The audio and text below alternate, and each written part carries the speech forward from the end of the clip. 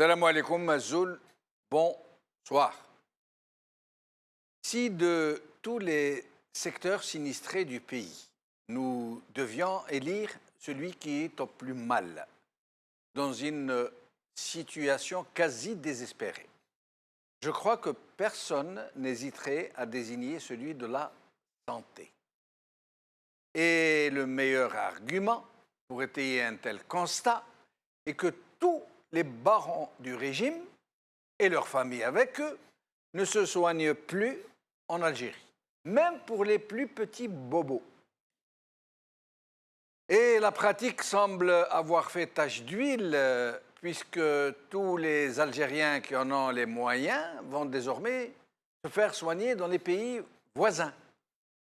Il y en a même parmi ceux qui veulent sauver leur vie, qui vendent leurs biens pour aller se soigner ailleurs. Le système algérien de la santé a réellement atteint le fond. Et il s'est tellement dégradé qu'il serait presque impudique de le décrire dans son atroce réalité. Il s'est tellement dégradé que même avec toute la bonne volonté et les meilleurs moyens du monde, il sera très difficile de le relever de l'ornière où l'ont précipité les apprentis sorciers. Quand l'actuel ministre de la Santé avait été désigné, nombreux furent les gens à s'être réjouis du choix de la personne, le professeur Mokhtar Hasbellaoui. Ils avaient benoîtement cru qu'une hirondelle allait faire le printemps. Et ils ne mirent pas longtemps à déchanter. Ce nouveau ministre de la Santé, de la Population et de la Réforme hospitalière, une appellation à rallonge, n'allait apporter rien de nouveau et pour cause, parce qu'on ne soigne pas un cancer avec du sirop à la menthe.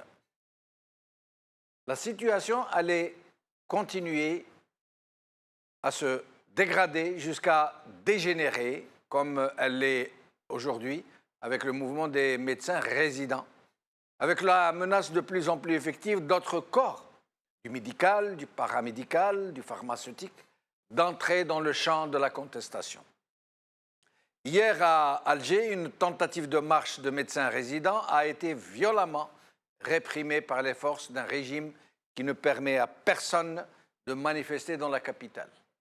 Et c'est donc ainsi qu'au lieu de chercher à apaiser un mouvement de colère qui va crescendo, le régime semble avoir adopté une curieuse attitude, un peu comme s'il jetait de l'huile sur le feu pour finir d'achever le peu de vie qui continue d'animer un secteur moribond.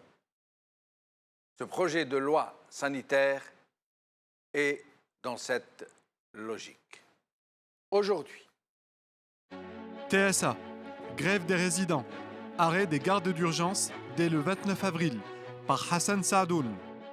Liberté, le texte en débat depuis hier à l'APM. Santé, le projet de loi contesté par Hanafi Hattou. Al-Watan, projet de loi sur la santé. Les pharmaciens se joignent à la contestation par Jamila Kourta. Algérie, santé, la crise s'accentue. C'est le titre de notre émission d'aujourd'hui et pour en parler, je vais recevoir au téléphone Madame Zoubida Assoul, maître Zoubida Assoul, présidente de l'UCP, docteur Amina Fedjer, médecin résident en pédiatrie au CHU d'Oran, Lies Marabat, docteur Lies Marabat, président du syndicat national des praticiens de la santé publique. Alors, je vais commencer par recevoir Amina Fedjer. Merci d'être avec nous, Amina. Bonsoir à tous. Bonsoir. Merci de m'avoir reçu.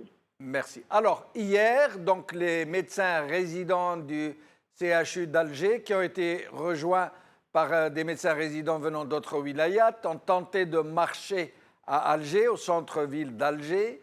Et vous allez nous dire ce qui s'est passé. Amina Fedjer. Donc, c'était hier, donc le 24 avril 2018.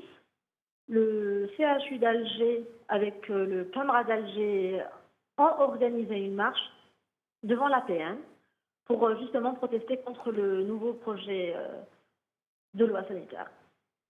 Donc effectivement, la grande majorité était le Camra d'Alger, rejoint par d'autres Camras des autres wilayas. Et à peine arrivé, la police a accueilli ces médecins avec une sauvagerie, avec une férocité, avec une répression sans précédent. Et nos jeunes médecins ont été violemment tabassés, embarqués de force vers d'autres destinations. Donc parmi ces centaines de médecins, il y avait plusieurs fracturés, plusieurs résidents ont subi des entorses graves, des hématomes, des ecchymoses, des plaies, etc.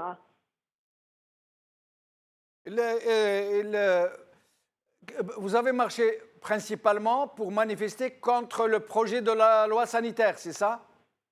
Effectivement. Comment peut-on voter et discuter une loi pendant que la majorité du corps sanitaire refuse ce projet de loi? Ça, c'est indécent de discuter un projet de loi refusé par la majorité des gens qui sont concernés. Mais la commission parlementaire a déjà validé la loi et très probablement elle va être approuvée puisque la majorité présidentielle, comme on dit, ou la majorité acquise ou inféodée au régime a décidé de voter oui pour cette loi. Mais vous-même, qu'est-ce que vous lui reprochez à cette loi sanitaire? Est-ce que, par exemple, comme les pharmaciens qui avaient menacé d'entrer en grève, puis qui ont retiré leur préavis de grève parce qu'ils pensent que ça va être une privatisation sauvage, ou vous-même, quels sont les griefs des médecins résidents contre cette loi? Donc cette loi, elle est globalement injuste. Cette loi atteint la dignité du malade et elle atteint la dignité du médecin algérien.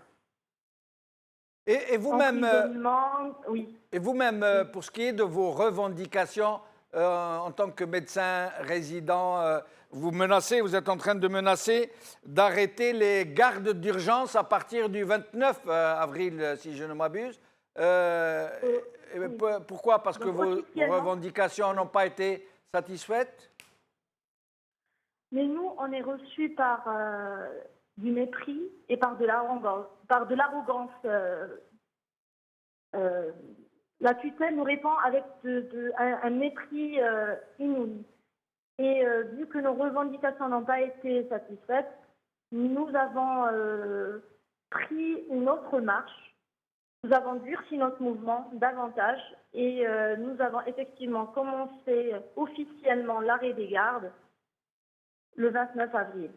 Le CHU d'Oran a commencé cette initiative. Les gardes ont été déjà perturbés depuis une semaine, mais le 29 officiellement, on ne va plus assurer nos gardes. Oui, mais Amina Fedjer, tout en étant très solidaire avec vous personnellement, je comprends votre combat, je comprends votre résistance, mais l'arrêt des gardes, est-ce que ça ne va pas plutôt pénaliser les malades, sachant comment sont gérés nos hôpitaux qui sont déjà dans un état catastrophique? Si en plus les médecins résidents n'assurent plus les gardes d'urgence qui laissaient déjà beaucoup à désirer, qu'est-ce qui va se passer? Est-ce qu'il n'y a pas risque de non-assistance à personne en danger? Donc, il faut savoir, encore une fois, c'est que le médecin résident est un médecin en cours de formation. Donc, légalement, le médecin résident est soumis à ses aînés. Il doit être chaperonné par ses aînés. Il ne peut assurer la garde tout seul. Or, dans la majorité des services, plusieurs résidents se trouvent en train d'assurer leur garde tout seuls et de prendre des initiatives de leur propre chef.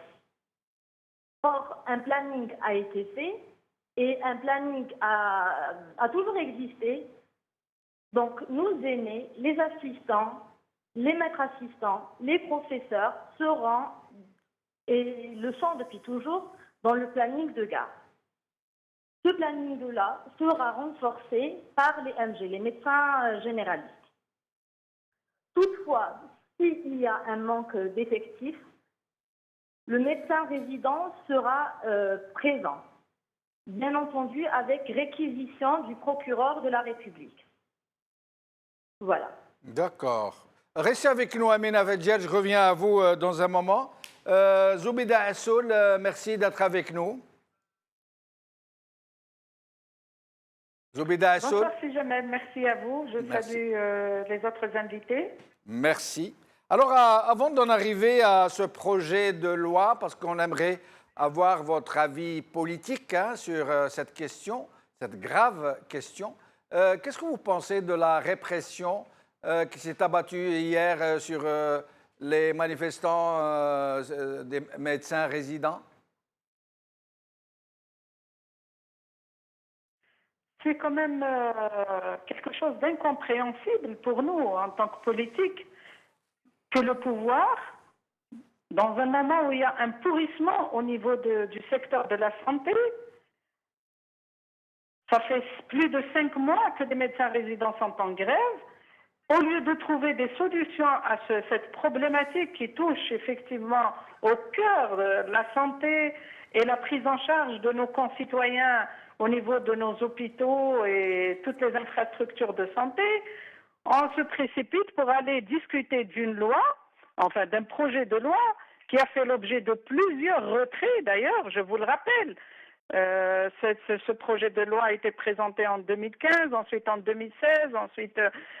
Et pour dire tout simplement que nous avons une loi qui date depuis 33 ans, la loi 85-05, qui était au moins l'appellation s'appelait, c'était une loi relative à la protection et à la promotion de la santé. Or aujourd'hui, je vois que le projet de loi parle de loi sanitaire. Je ne sais pas si c'est fait sciemment ou c'est un lapsus révélateur. Mais enfin, en tout cas, ce projet de loi vient dans un moment de crise,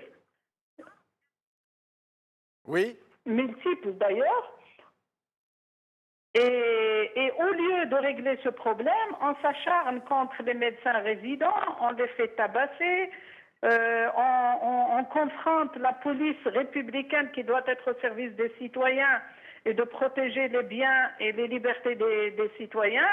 Maintenant, on la mobilise pour tabasser les médecins. C'est quelque chose d'inacceptable. Nous, on a à chaque fois, l'UCP, on a à chaque fois condamné ce type de comportement. Et d'ailleurs, le fait qu'il y ait la police pour chaque type disons, des grèves ou des manifestations pacifiques de tous les citoyens, de tous les corps, le fait de voir la police pour vraiment tabasser les gens grévistes ou les gens qui manifestent, c'est déjà un signe de faiblesse de l'État, à mon sens. Parce qu'un État fort, il laisse l'expression des citoyens et des revendications socio-professionnelles, de quelques ordres qu'elles soient, et les politiques sont là, et le gouvernement notamment, sont là pour répondre à ce type de revendications, de débattre, de rencontrer les gens qui revendiquent, et de s'asseoir autour d'une table pour trouver des solutions à ces problèmes. Oui, mais Zoubida Assoul, le régime ou le pouvoir ou le gouvernement, comme vous l'appelez, est en train de dire non, nous avons interdit les marches à Alger, personne ne peut marcher à Alger, et que quiconque marche à Alger sera sévèrement réprimé, voire poursuivi en justice. La seule exception a été celle des policiers qui ont marché jusqu'à la présidence et qui n'ont pas été inquiétés. Mais sinon, c'est ce que répond le régime. Les marches à Alger sont interdites. Ceux qui veulent marcher n'ont qu'à aller marcher dans le pays profond.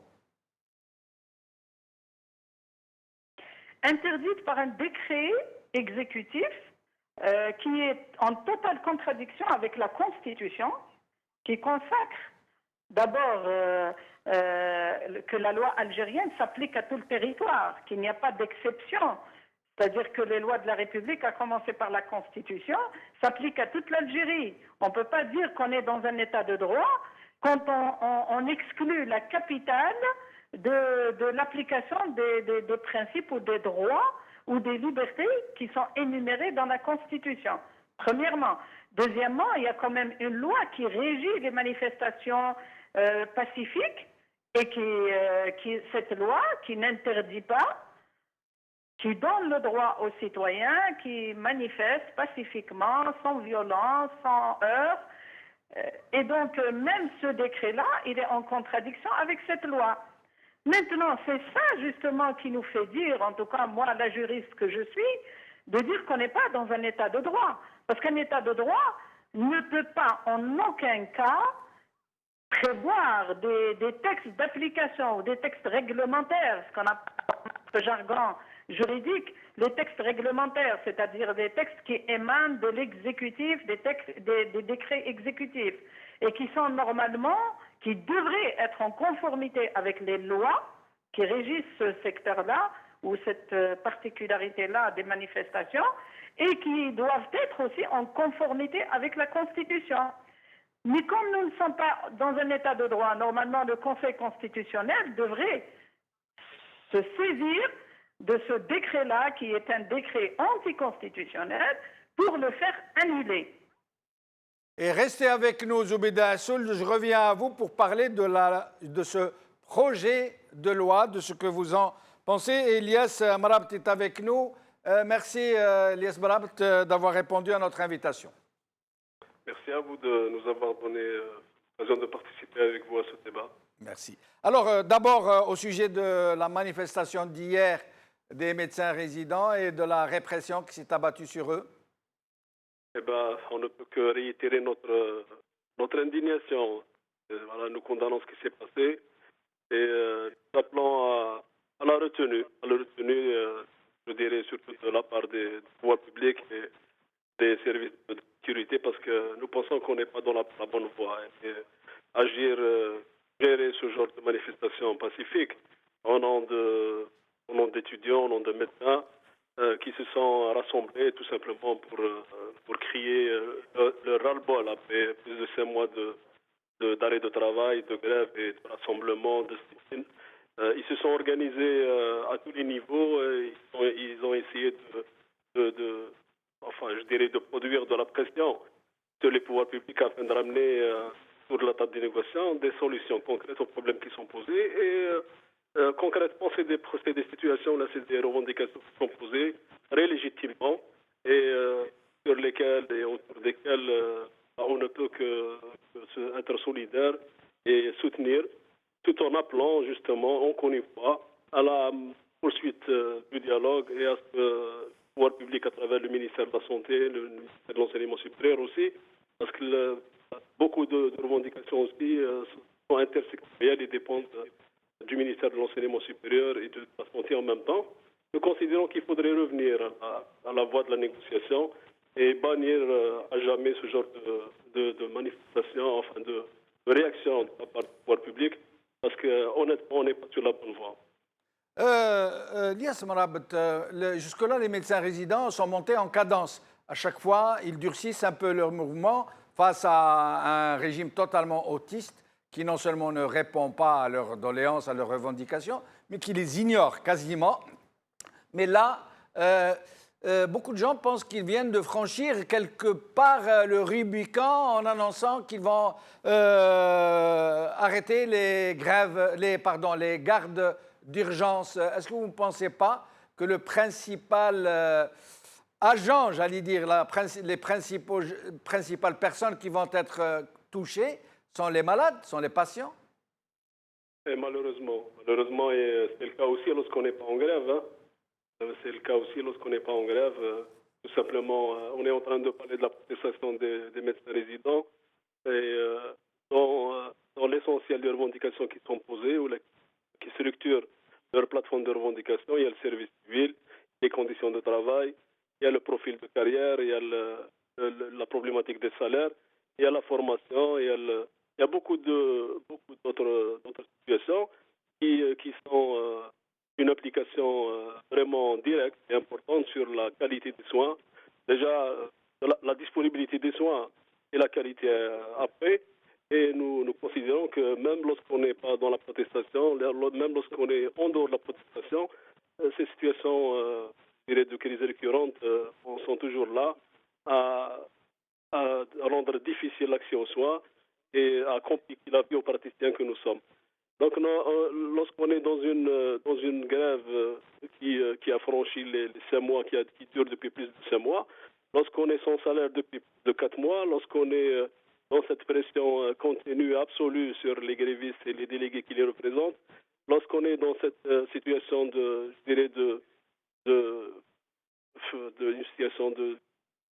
négligence, entre parenthèses, qu'on laisse pourrir une situation pareille dans un secteur aussi sensible qui a trait directement avec la population et les citoyens, je pense qu'il faut pas trop se poser la question lorsqu'on voit ces dernières décisions prises par nos jeunes médecins résidents, c'est-à-dire aller jusqu'au bout, y compris menacer d'arrêter l'activité au niveau des gardes. Moi, personnellement, en tant que médecin, je ne l'espère pas. J'espère qu'entre-temps, les pouvoirs publics bougent sérieusement dans le bon sens et que des propositions arrivent pour dissuader nos collègues de ne pas franchir ce pas, parce que ça serait vraiment désastreux pour nous en tant que professionnels de la santé, en tant que médecins, mais aussi pour les concitoyens que nous sommes. On ne peut pas être un petit peu disloqué et mis de côté par rapport à la population, ou lorsqu'on parle du citoyen. Nous sommes citoyens aussi algériens, nous nous soignons dans ces hôpitaux, nous interférons en tant que praticiens, en tant que professionnels, et nous interférons aussi avec le secteur de la santé en tant que demandeurs de prestations. Donc l'équation elle est à variantes multiples, et elle est assez compliquée à maintenir dans un équilibre justement qui prend en charge les intérêts, les obligations et les droits des professionnels que nous sommes, mais aussi les intérêts de la population, des citoyens que nous devons prendre en charge.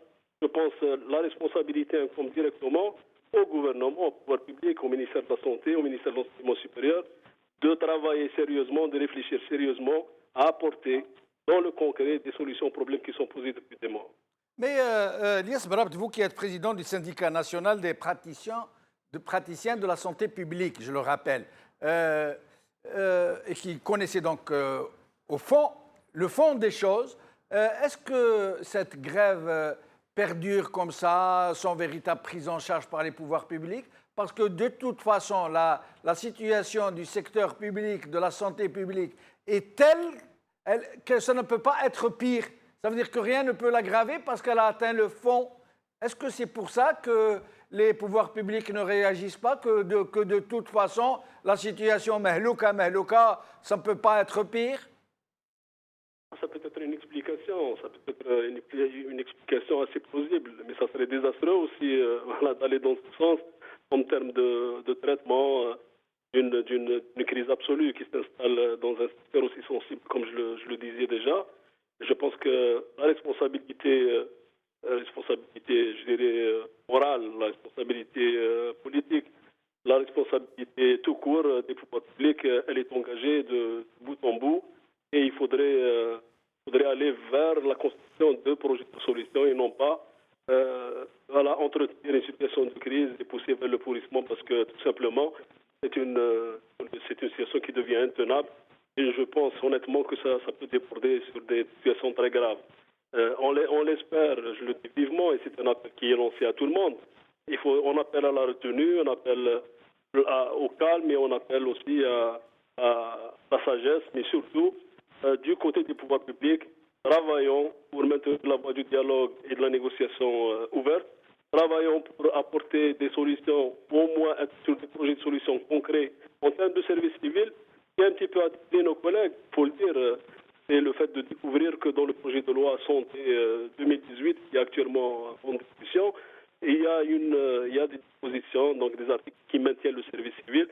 Justement, nous allons venir vers ça. Je vais revenir vers vous dans un moment pour vous demander justement de nous donner votre avis sur ce projet de loi. Et je reviens à Amina Fedjer.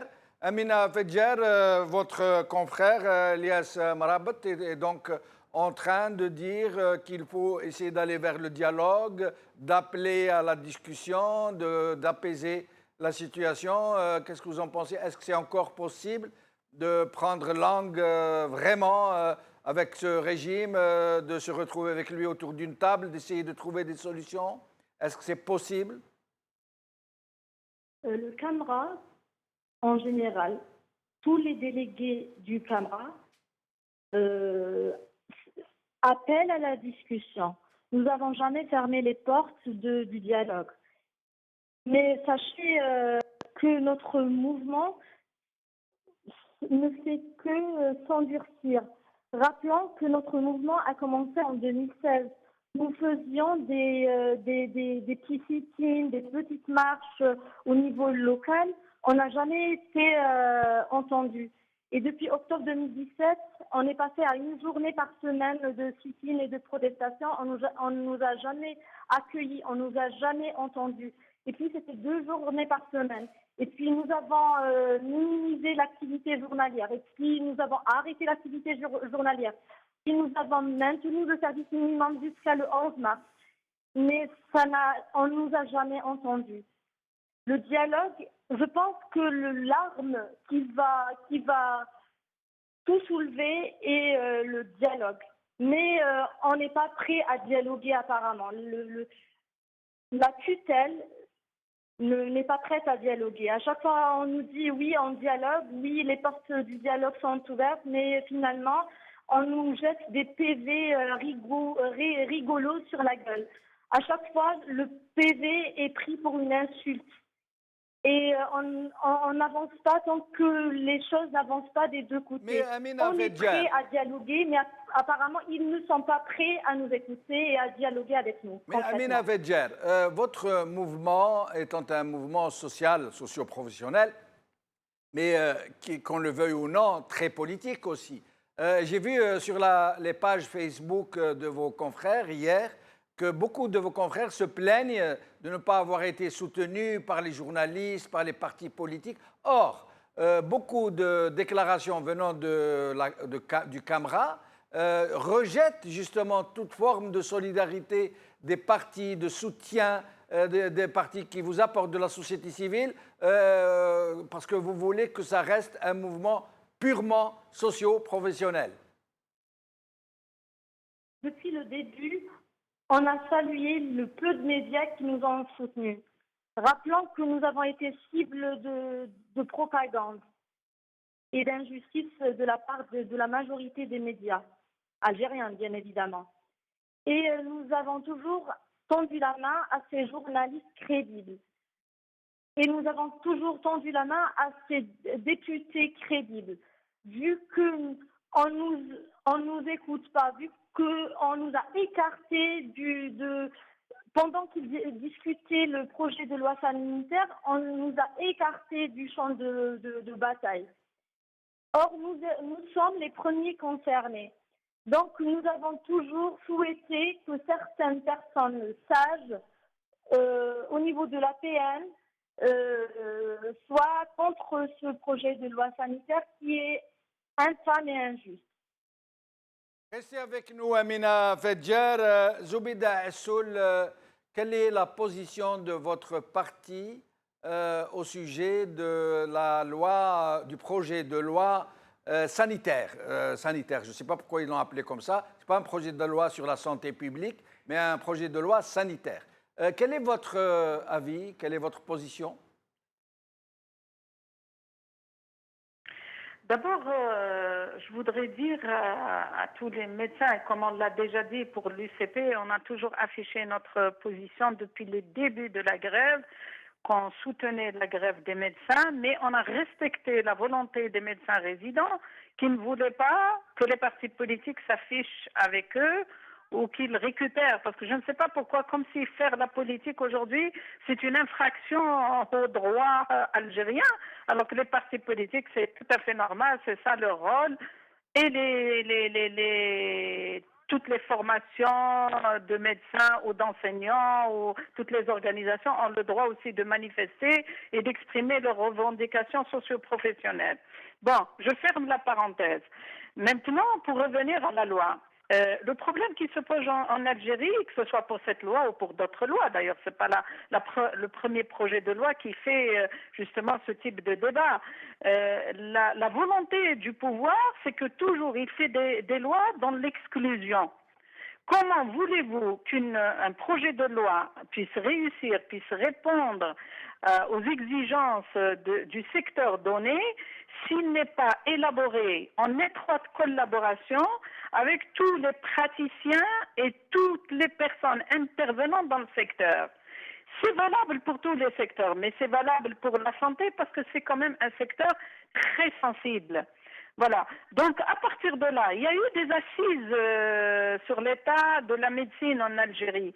Mais malheureusement, ces assises-là, j'ai entendu M. Merabet, en tant que président des médecins praticiens publics, plusieurs fois sur les chaînes de télévision, dire et déclarer qu'ils avaient proposé et fait beaucoup de propositions et que malheureusement, ces propositions n'ont pas été retenues, ou alors le peu de choses qui étaient retenues ont été perverties dans un sens qui ne répondait nullement à la mouture qui a été proposée. Maintenant, pour revenir à ce projet-là, moi, franchement, en lisant ce projet, je remarque une chose, c'est que normalement, un projet de loi qui touche à la santé et à la promotion de la santé en Algérie, ça veut dire qu'il touche tous les Algériens, les 42 millions d'Algériens.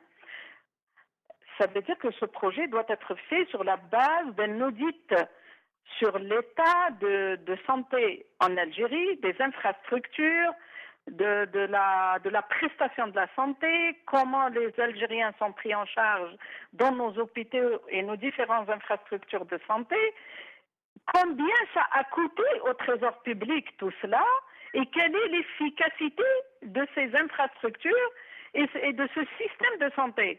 Or, cet audit, nous n'avons pas de chiffres fiables, c'est l'opacité la plus totale. Donc d'ailleurs, même les professionnels se plaignent de cela.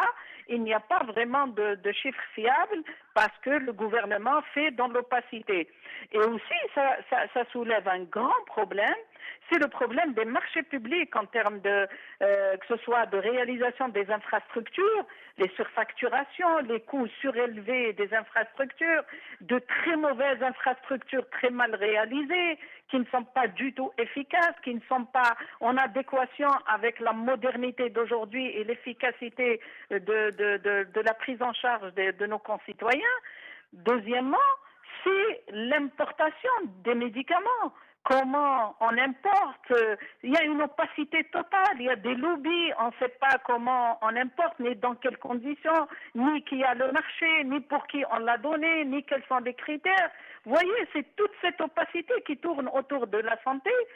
Et le troisième élément, qui est fondamental aussi, c'est le mode de gestion et de gestion des infrastructures de la santé. C'est-à-dire qu'en Algérie, on est au XXIe siècle, on est en 2018 et encore on traite les dossiers des malades avec des fiches.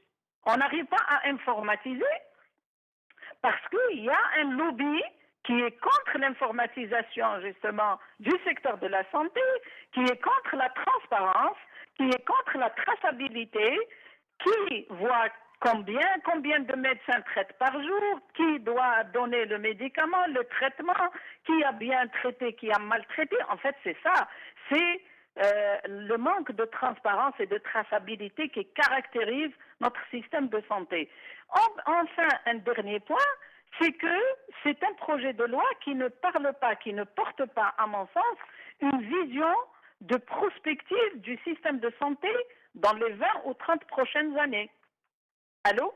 Oui, oui, on vous écoute. On vous écoute. Allô, allô? Oui, oui, très bien. Zoubida Assoul, reste... Oui, oui, Zoubida Assoul, on vous entend. On vous écoute. Restez avec nous, Zoubida Assoul. Lias Marabat, Madame Zoubida Assoul a prononcé le mot d'audit. Audit. Est-ce qu'il y a eu, avant le dépôt de ce projet de loi, un véritable audit du secteur de la santé, autant privé que public, un état des lieux détaillé, précis, qui montre toute l'étendue des dégâts? État des lieux précis, je ne le pense pas, honnêtement. Mais un audit a été quand même, je dirais, fait. Ça remonte aux années 2002-2003 déjà. C'était juste avant le lancement du grand chantier de la réforme du secteur de la santé, ce qu'on appelle communément la réforme hospitalière. D'ailleurs, c'est depuis, en 2004, l'installation d'une commission nationale chargée de la réforme hospitalière. Et c'est à partir de ce moment-là que l'appellation a changé. Donc, le ministère de la Santé et de la Population a pris cette appellation qui est toujours d'actualité, ministère de la Population et de la réforme hospitalière. Donc une réforme hospitalière, une réforme dans le secteur de la santé se poursuit, entre parenthèses, depuis 2004. Donc pratiquement 15 ans après, on est en train de faire toujours le constat suivant. Ça ne marche pas, ça ne fonctionne pas. C'est une crise multidimensionnelle et qui s'est installée assez profondément dans le système. Il faudrait vraiment aller encore une fois sur des réformes profondes. Mais avant d'aller plus loin, pourquoi le système de la santé est sinistré à ce point, au point où non seulement tous les membres de l'État, du régime, du système, du pouvoir vont se soigner ailleurs, personne ne se soigne dans les hôpitaux algériens, et puis maintenant c'est même la société moyenne, les classes moyennes qui sont en train d'aller se soigner en Tunisie, au Maroc, en Jordanie, en Turquie, et même des gens qui sont plus pauvres, qui sont en train de vendre leurs biens, certains vendent leur maison pour aller se soigner ailleurs.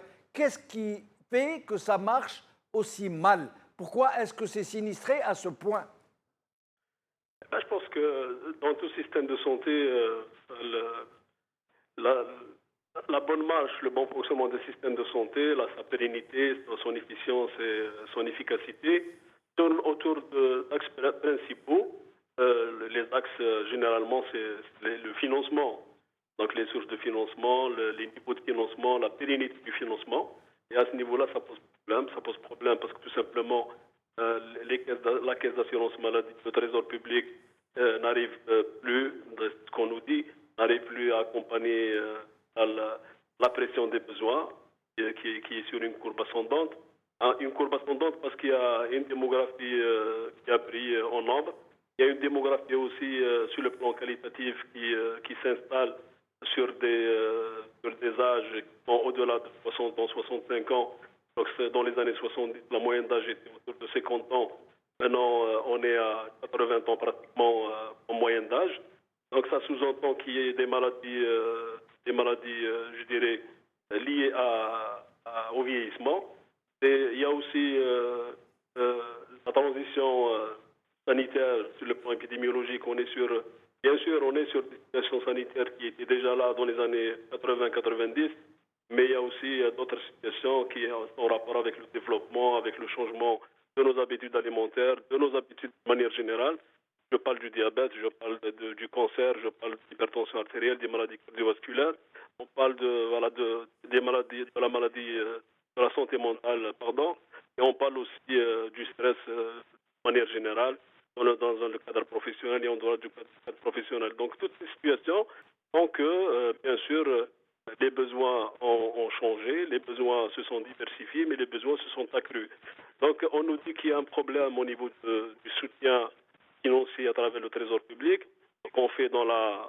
Mais est-ce que ce n'est pas aussi question de compétences, de prise en charge, d'entretien des équipements, d'organisation, de restructuration? Je voulais arriver à ça aussi, parce que je vous ai dit qu'il y a plusieurs axes. Donc l'essentiel, c'est le financement. Ensuite, bien sûr, il y a un problème de gestion.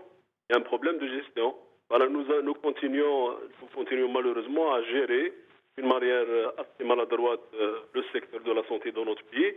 Et je pense que Mme Assoul a bien fait mettre le doigt sur quelque chose d'essentiel. Donc, elle a parlé de l'informatisation, donc de la traçabilité. L'informatisation, c'est la traçabilité, mais aussi c'est l'efficience.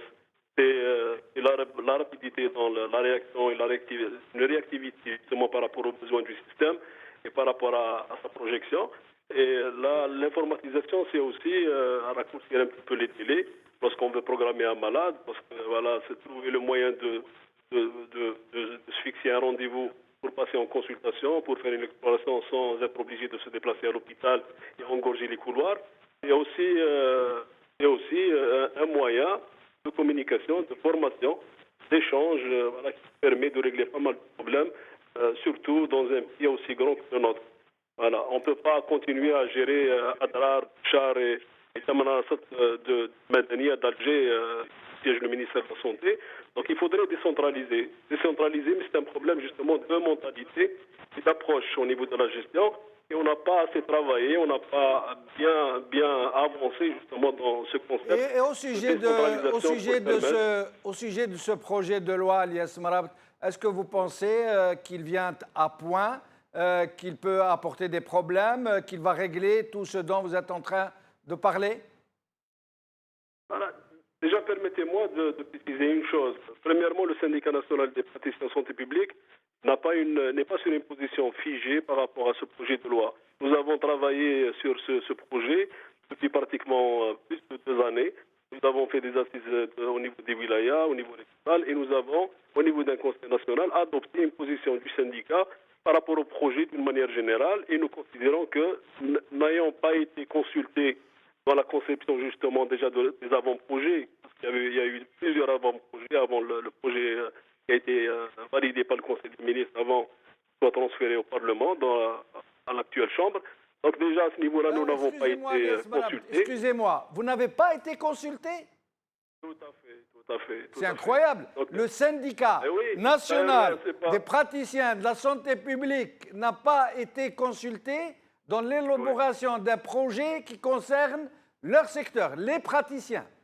Tout à fait. Nous l'avons dit, nous l'avons écrit et nous avons adressé justement toutes ces reproches en expliquant argumentairement, avec un argumentaire à l'appui, le pourquoi de notre position. Donc, en premier lieu, pour dire que nous n'avons pas participé à l'élaboration de ce projet qui est actuellement en cours de discussion au niveau de l'APN. Malheureusement, ce n'est pas le cas uniquement du syndicat des praticiens de santé publique. Tous les syndicats, je parle des partenaires sociaux du secteur de la santé, l'ont dit, l'ont dénoncé, et malheureusement, tout le monde a été mis devant le fait accompli. Et aujourd'hui, on est en train de donner un avis sur un projet qui nous a été imposé par un groupe d'experts qui n'a pas été identifié jusqu'à ce jour. On ne sait même pas qui a été derrière justement la proposition de ce projet qu'on est en train de discuter aujourd'hui. Pardon, parce que vous dites vraiment énormissime. Ça veut dire même les experts qui ont élaboré, qui ont participé à l'élaboration de ce projet n'ont pas été identifiés. Vous ne savez pas qui sont ces gens. Tout à fait. Vous m'étonnez. Je rappelle que nous avons participé à des assises je dirais nationales au mois de juin 2014, donc ça remonte déjà à 4 ans, c'est-à-dire le travail déjà qui a été fait à l'époque, initier éventuellement une nouvelle mise à jour. Mais à l'issue des assises qui se sont déroulées sur 2 jours, donc on est sorti avec des résolutions, et parmi les principales résolutions, il y avait la nécessité d'installer une commission nationale dans laquelle on devait injecter justement tous ces partenaires sociaux, y compris les représentants d'associations de malades, d'élus à tous les niveaux, d'experts, un groupe d'experts aussi, et commencer à travailler pour préparer un avant-projet. Malheureusement, cette commission n'a jamais été installée. Si elle l'a été sans nous, et elle a été sans beaucoup de syndicats que nous connaissons dans le secteur, malheureusement. Restez avec nous, Ilyas Marabt, je reviens à vous pour un dernier tour de micro. On est presque à la fin de l'émission. Amina Fedjer, j'aimerais vous poser une question, parce qu'il est venu à notre connaissance qu'à Oran, puisque vous êtes à Oran, les services psychiatriques se trouveraient dans un état lamentable, que les gens qui sont admis, qui y sont hospitalisés, sont dans des conditions dignes du Moyen Âge. Et on nous a même dit plus que même les médicaments qui sont destinés à ces gens qui relèvent de la psychiatrie, qui sont hospitalisés pour des raisons psychiatriques, même leurs médicaments se vendent au marché noir dans les souks. Est-ce que c'est vrai tout ça ou ce ne sont que des rumeurs? Ce n'est pas juste le service psychiatrique qui est dans un état moyenâgeux. C'est tout l'hôpital, c'est tout le CHU qui est dans un état lamentable, sale, délabré et archaïque. C'est l'anarchie totale au CHU d'Oran, passant par la psychiatrie, la pédiatrie, la gynécologie, l'ORL. Nous avons un hôpital fantôme qui manque de tout. Il n'y a pas d'examen clinique, il n'y a pas de radiologie. Mais pourquoi Amina Fadjel? Un manque de moyens, mauvaise gestion, incompétence? Qu'est-ce qui fait que c'est délabré à ce point? Si nous sommes là où nous sommes aujourd'hui, c'est parce que le citoyen algérien n'est pas exigeant. Je n'ai jamais vu des citoyens protester contre les hôpitaux honteux et délabrés. Je n'ai jamais vu une tutelle médiocre qui ne veut pas le changement, qui n'accepte pas le changement et qui est fier d'être anarchiste et médiocre. Ça n'existe pas ailleurs. Si nous sommes là où nous sommes aujourd'hui, c'est parce que la gestion est archaïque et parce que nous adorons le piston, nous adorons l'anarchie. Les gens sont recrutés pas par mérite, mais par piston. Et tout ça donne ce que nous avons aujourd'hui. Merci Amina. On va pas pleurer sur notre sort parce que nous voulons cette situation-là.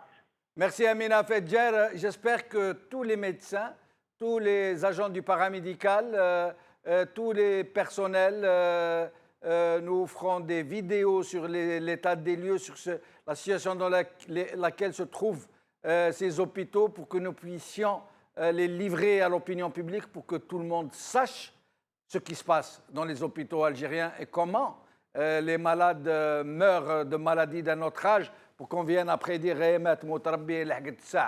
je reviens à Zoubida Assoul pour le mot de la fin avant de revenir enfin vers Elias Marab. Zoubida Assoul, qu'est-ce qu'il y a lieu de faire selon vous pour arrêter cette catastrophe, cette chose innommable que sont en train de commettre sur les malades ces régimes prédateurs, ces régimes... Je ne trouve même pas de mots pour les qualifier. Comment faut-il faire pour essayer de sortir de l'ornière ce secteur de la santé qui est en totale déshérence, en totale négligence, tous les qualificatifs qu'on voudra lui donner? Sauf si jamais la preuve que l'échec de la santé, ce n'est qu'un signe de l'échec de toute la politique chez nous, de toute la gestion des affaires publiques. La preuve en est, c'est que quand vous avez un médecin de la santé lui-même, pas une personne en particulier, quand il tombe malade, ils partent ailleurs. Ils prennent l'avion pour aller se faire soigner ailleurs. Si notre système de santé était si fiable, qu'il était si bon, pourquoi nos médecins, nos dirigeants, quand ils ont la moindre ou le moindre pépin de santé, ils partent à l'étranger? Ça, c'est déjà la preuve que c'est un échec total. La preuve, c'est que l'ambassadeur lui-même a accusé les hauts fonctionnaires qui vont en France se soigner gratis et ne pas payer leurs factures. Mais la preuve, c'est que j'allais parler justement de la déclaration de l'ambassadeur de France en Algérie. C'est encore une preuve comme quoi les gens n'ont pas confiance en nos structures ou en notre système de santé. Le deuxième élément, c'est que vous avez vu la réponse du ministère des Affaires étrangères qui était lamentablement floue et vraiment irresponsable, parce que ou bien vous démentez, que vous dites que c'est pas vrai ce que l'ambassadeur dit, ou alors il faut régler le problème autrement. Il ne faut pas faire un communiqué laconique qui ne veut rien dire en fait, et qui ridiculise encore davantage l'Algérie aux yeux de ses partenaires étrangers. Merci. Le dernier élément, c'est que rapidement, Zoubida Assoul, parce qu'il reste une minute. Depuis plus de 20 ans, nous parlons du ministère de la Santé, de la Population et de la réforme hospitalière. On n'a rien réformé. On n'a rien réformé. Ce pouvoir est là depuis 19 ans. C'est en 2018 qu'on pense à ramener un projet de texte de loi, mais qui est en totale contradiction avec les besoins de prise en charge de nos concitoyens dans la santé et en totale contradiction avec ce que les praticiens, les gens qui sont dans la santé et qui sont très compétents et qui ont été marginalisés par ce pouvoir, parce que c'est un pouvoir qui est unilatéral, il n'entend personne, il n'écoute personne, il n'en fait qu'à sa tête. Merci Zobeida Assoul, je suis au regret de vous interrompre, nous sommes arrivés à la fin. Lias Marabt, en moins d'une minute, s'il vous plaît, le mot de la fin. Le mot de la fin, je dirais, c'est voilà, de rappeler un petit peu les implications graves voilà, que comporterait l'adoption de ce projet de loi avec l'orientation justement qui est la sienne par rapport à l'organisation de notre système de santé, parce que tout simplement, on est en train de faire la promotion d'un projet de loi libéral, je dirais une politique libérale dans la santé, avec les moyens qu'on n'a pas. Les moyens qu'on n'a pas, c'est essentiellement une sécurité sociale, donc une sécurité sociale solide à travers ses sources de financement, la pérennité de son financement, et c'est à travers ça qu'on peut régler les problèmes de la disponibilité de l'offre de soins un peu partout. Merci. C'est aussi aller vers une structuration qui couvrirait d'une manière globale et d'une manière équilibrée tout le territoire national par rapport aux structures de santé, mais aussi par rapport au personnel, qu'il soit médical, paramédical ou autre. Merci Lias Marabt. C'est dire que nous devons revenir sur ce sujet qui nécessitera très certainement plusieurs émissions et plusieurs intervenants. Merci à Lias Marabt, merci à Zobeida Assoul, merci à Amina Fedjer. Merci à vous, chers amis, d'avoir suivi cette émission. Bqa ala khair, bislama.